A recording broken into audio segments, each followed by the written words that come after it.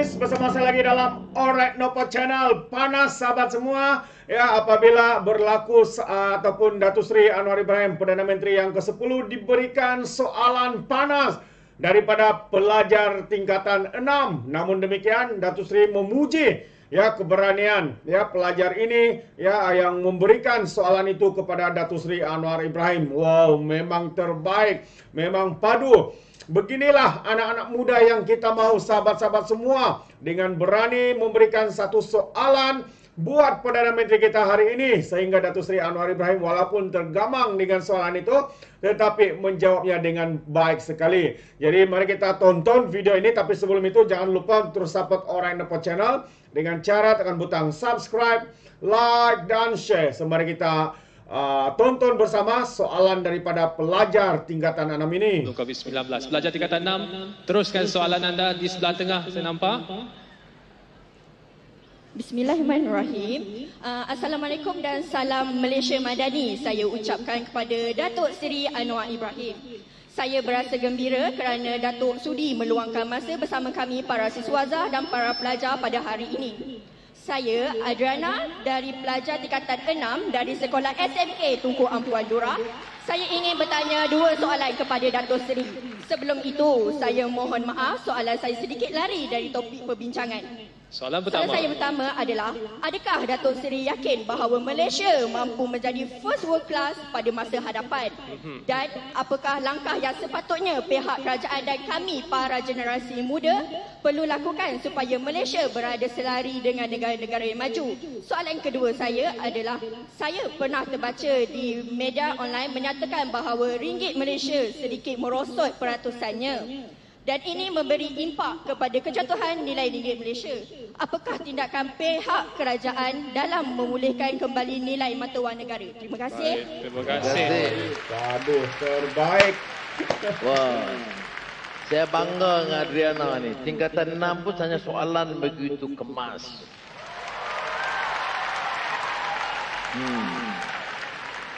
Kalau saya muda, saya dah minta nombor telefon dah.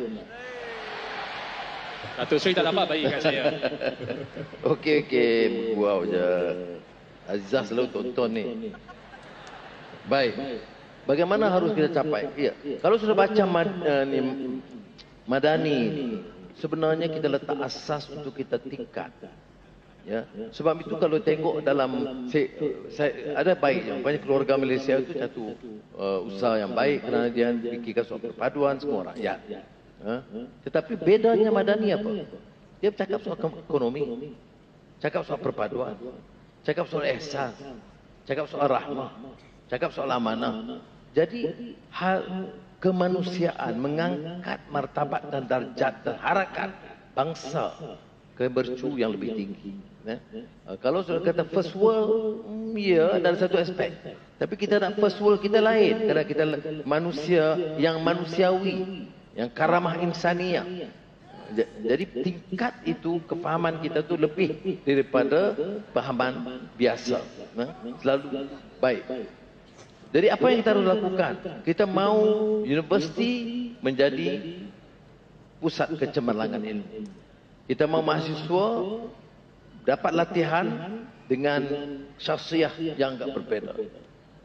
Elemen, saya katakan tadi, elemen sedar dalam masyarakat yang boleh membawa perubahan.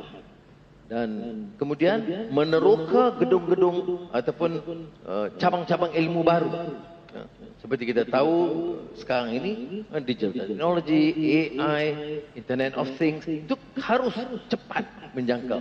Dan pimpinan universiti dan profesor juga tahu bahawa kurikulum itu kalau di bidang-bidang ini dia mesti rombak cepat. Dia tak boleh tunggu the conventional board of studies. Tunggu 2 tahun kajian, bawa senate, tak boleh gitu.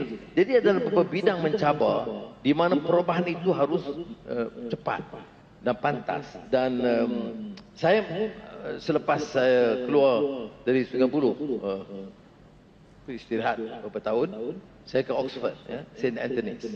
Lepas tu saya mengajar di Georgetown University, Washington DC.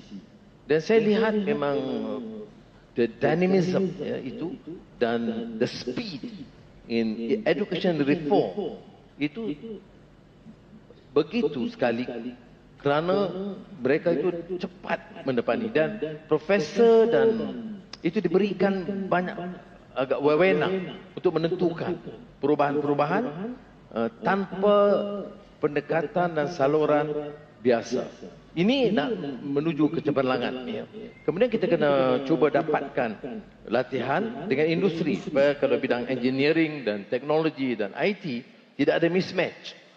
Sebab itu TVET umpamanya sekarang keputusan kita dalam Jemaah Menteri, Petronas ambil alih sebahagian TVET, Batu Rakit, Kimanis, Pengerang. Proton ambil alih TVET di Pekan. Beberapa syarikat-syarikat besar ambil alih TVET. Lebih baik syarikat itu kendali daripada kita gunakan kurikulum lama.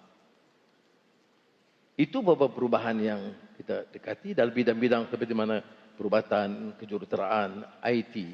Itu jaringan dengan industri itu juga penting. Itu untuk mampu memacu. Tetapi kalau dari sudut ekonomi, dia tak boleh lagi daripada pelaburan domestik, pelaburan asing. Itu tak boleh lagi.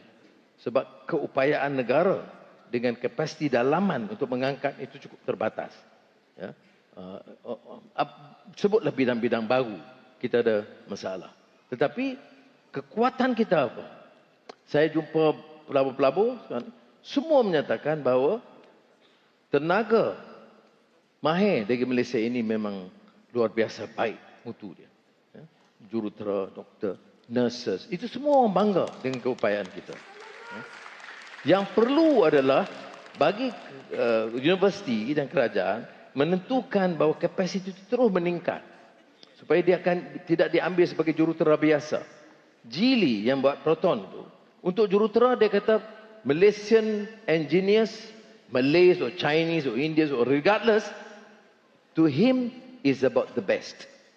Tetapi kata dia, dia kena ada added training and exposure and specialization kerana di top bracket of engineering itu nampak lacking sebab tidak ada sinergi dan ada mismatch dengan industri. Itu satu bab yang sudah tanya. Yang kedua, ringgit. Isi Malaysia ini luar biasa. Negeri yang jatuh ringgit ini atau jatuh currency nilai mata wang ini, pertumbuhan ekonomi jatuh, pelaburan jatuh. Kita pelaburan naik, pertumbuhan naik. Ya. Tetapi ringgit ini perkiraan sekarang ini termasuk kerana kadar faedah negara kita terlalu rendah. Jadi kalau saya ada 1 juta ringgit, saya nak masuk di bank. Saya ada pilihan di antara Malaysia, Singapura dengan Indonesia. Indonesia kadar faedah lebih tinggi. Singapura lebih tinggi. Jadi saya pilih untuk simpan di luar. Itu problem kita sekarang. Kalau kita naikkan kadar faedah terlalu tinggi, dia bebankan syarikat-syarikat kecil dan sederhana. Dan orang-orang pinjam di peringkat bawah. So kita kena gunding macam mana nak strike balance supaya kadar faedah itu tidak menyebabkan pelabur bawa wang keluar. Itu berapa hal. Kalau ekonomi kita itu menjunam, itu lain. Ya. Maka nilai mata wang jatuh, pelaburan jatuh dan pertumbuhan jatuh. Kita tidak. First quarter pelaburan kita mengatasi Singapura, Indonesia dan China.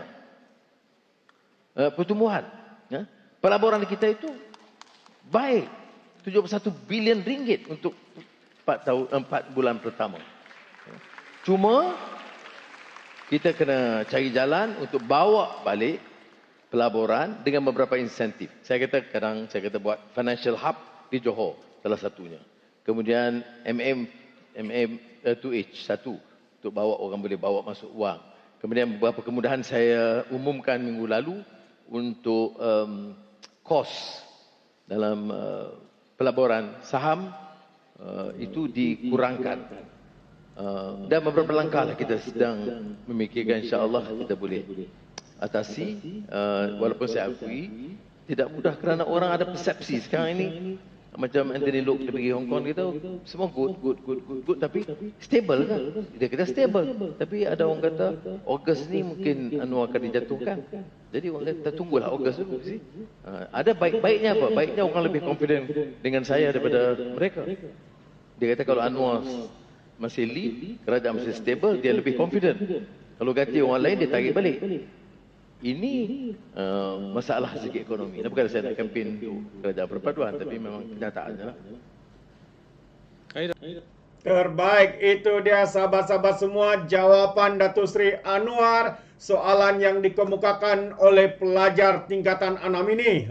Memang padu. Yang pertama tadi bagaimana untuk Malaysia ini mencapai tahap yang lebih tinggi lagi ya di mata dunia di luar sana. Dan yang soalan yang kedua berkaitan dengan nilai mata wang ringgit kita yang menjatuh begitu. Tetapi apa yang berlaku sebaliknya, walaupun nilai kita jatuh seperti mana yang diterangkan oleh Datuk Seri Anwar Ibrahim, pelaburan kita semakin meningkat dan juga prestasi pertumbuhan ekonomi kita lebih tinggi dibandingkan dengan negara-negara seperti Singapura, Indonesia, Vietnam dengan China. Jadi ini adalah satu cabaran seperti yang dikatakan Datuk Seri untuk menyeimbangkan supaya apabila kalau kadar faedah itu dinaikkan, ia tidak membebankan kepada peniaga-peniaga kecil khususnya kepada rakyat marhain di luar sana.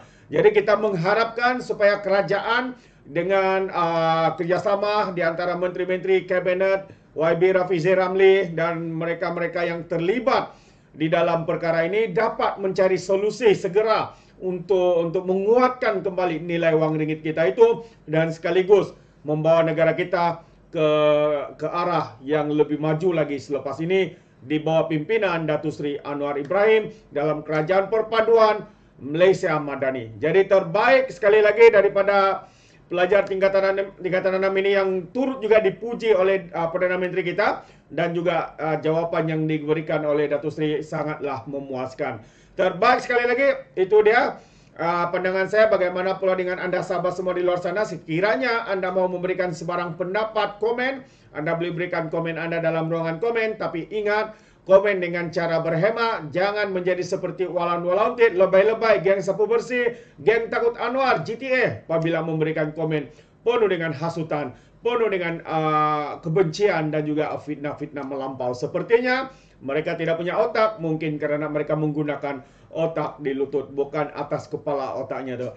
Jadi izinkan saya untuk mengundurkan diri dan seperti biasa, peribahasa mengatakan, tapapun kangkap, 2 ton keinginan. Dalam bahasa Melayunya, tepuk dadah, tanya selera. Sekian saja pada Alright Napa Channel. Kita berjumpa lagi dalam info dan update yang seterusnya. Sekian, bye-bye.